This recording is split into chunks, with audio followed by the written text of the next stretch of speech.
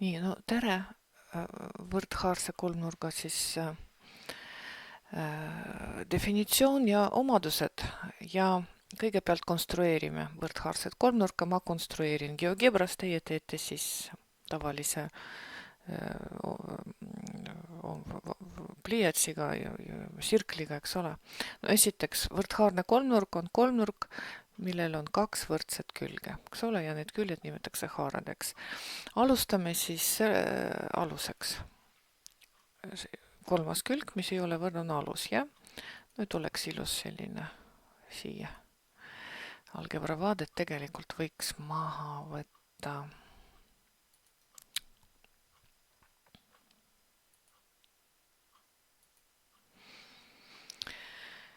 Nii.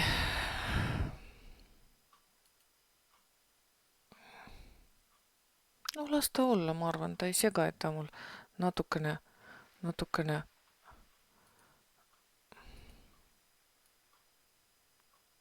okei. Alus. No võtke suure valemite vihikusse, ma loodan, sa kirjutad kõike, et see oleks ikka võrdhaarne kolmnurk sul, suur valemite vihikusse. Nii, ja kuidas siis konstrueerime? No kui võtame näiteks, lepime kokku, et siin on näiteks 8 sentimeetrit, et ja haarad olgu meil no kas või 6 sentimeetrit, jah?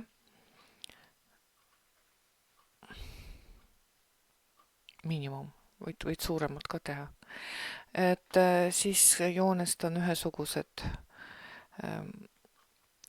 siis haarad.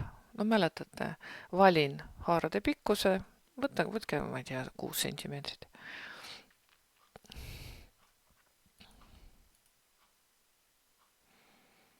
Niimoodi ma vist ei saa, tundu.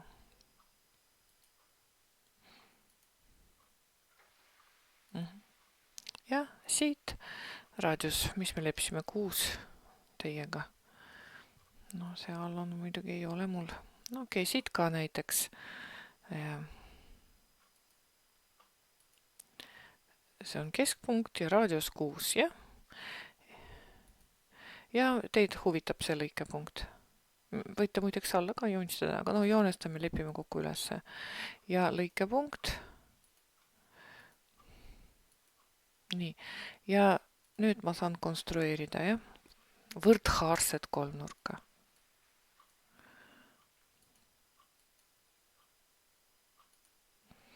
Nii, noh,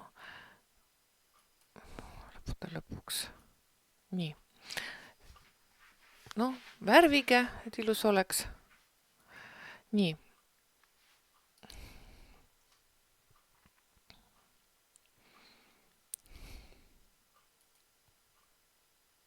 Üleliigsed asjad ma peidan. Ma loodan, et sul on juba valemite vihikusse joonestatud võrdhaarne kolmnurk A, B, C. Nii, ma võtan teise asja. Nii, teema on siis võrdhaarne kolmnurk valemitest vihikusse, ma loodan sa valemitesse.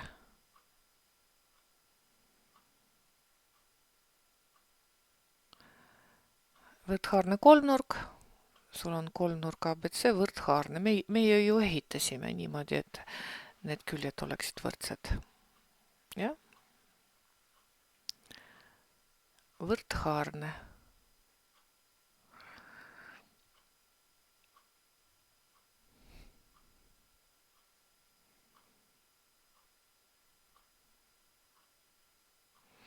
Kaks saad muideks.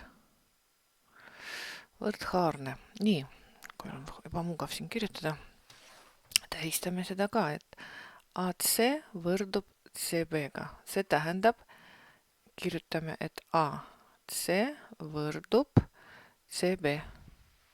On ju? Me nii ehitasime.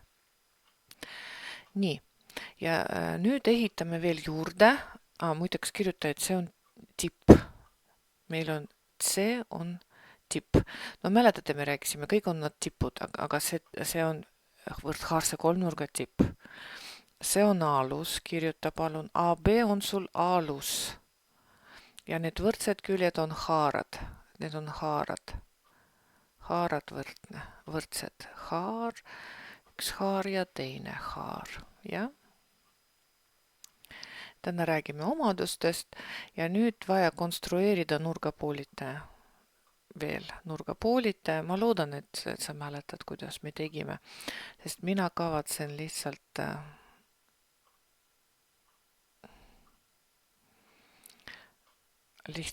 võtta ja kasutada GeoGebra võimalusi. Nii, ja pane tähele, nurgapoolitaja meil siin on sirge. Meid huvitab see osa, mis jääb kolmnurga sisse. Meie nurgapoolitaja on lõik kolmnurga sees. Kohe ma siis teen.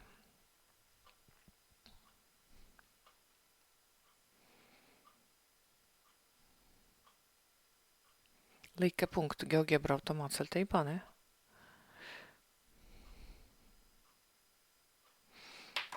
Ma pean hiire võtma.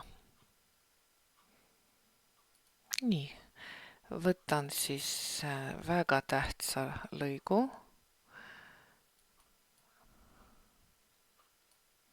Nii, seda ma peitma pean, ma ei taha. Nii et minu nurgapoolitaja on see lõik. C ja siis ma vaatan siin õpikus on tähistatud see CK. CK ma tähistan nagu sinu õpikus, sa pärast loed. Siin on täht ka. Oot, midagi valesti teen. Nii, ja muidugi valin. Nii, et siin on ka.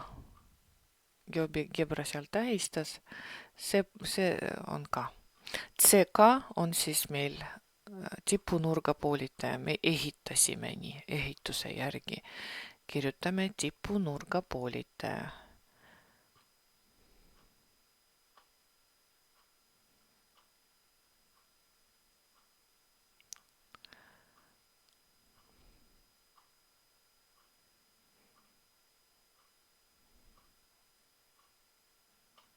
Nii.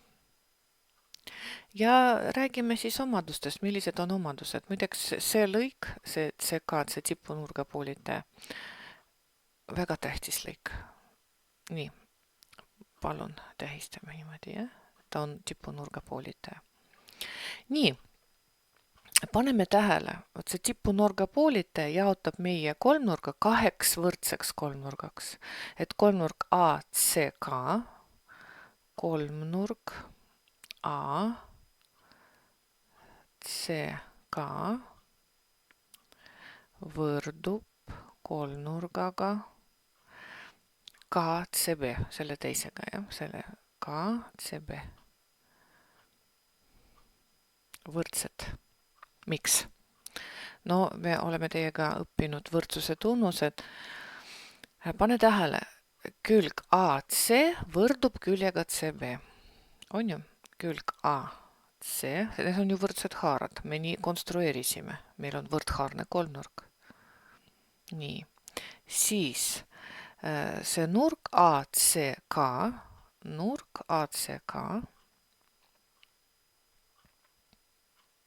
võrdub nurgaga KCB.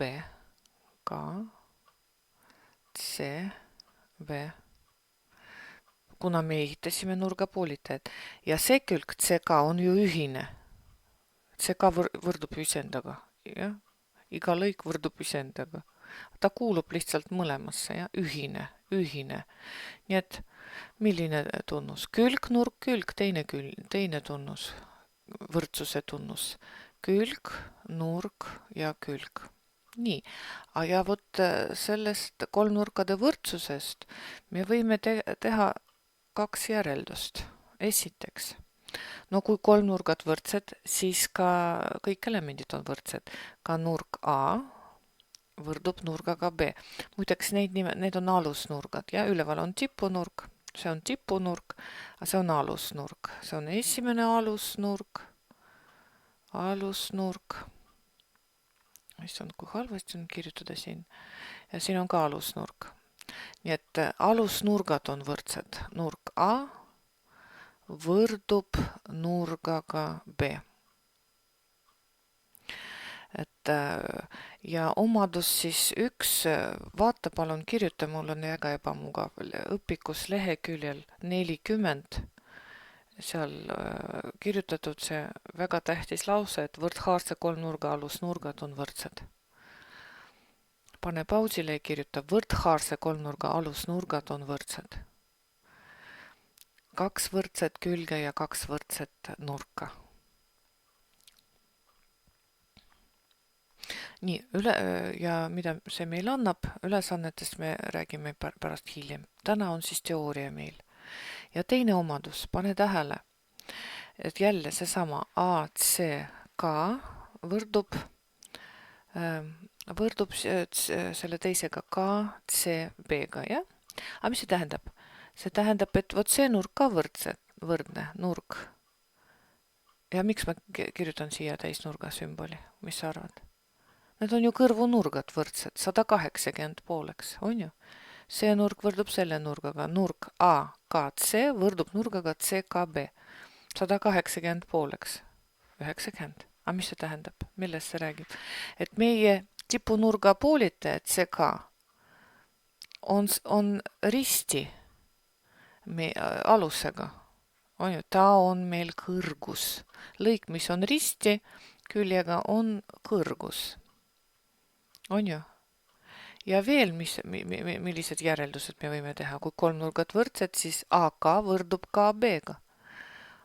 AK võrdub KB-ga. Mis see tähendab? See tähendab, meie nurga poolitaja poolitab, pooleks teeb meie aluse. On ju nii? AK võrdub KB-ga. Nii. See kõik me järeldasime kolmnurkade võrdsusest. Ja see omadus number 2, mis ütleb, et võrdhaarse kolmnurga tipunurga poolitaja poolitab aluse ja on alusega risti. On ju, see tipunurga poolitaja poolitab aluse, sest näed, see võrdub sellega ja on alusega risti.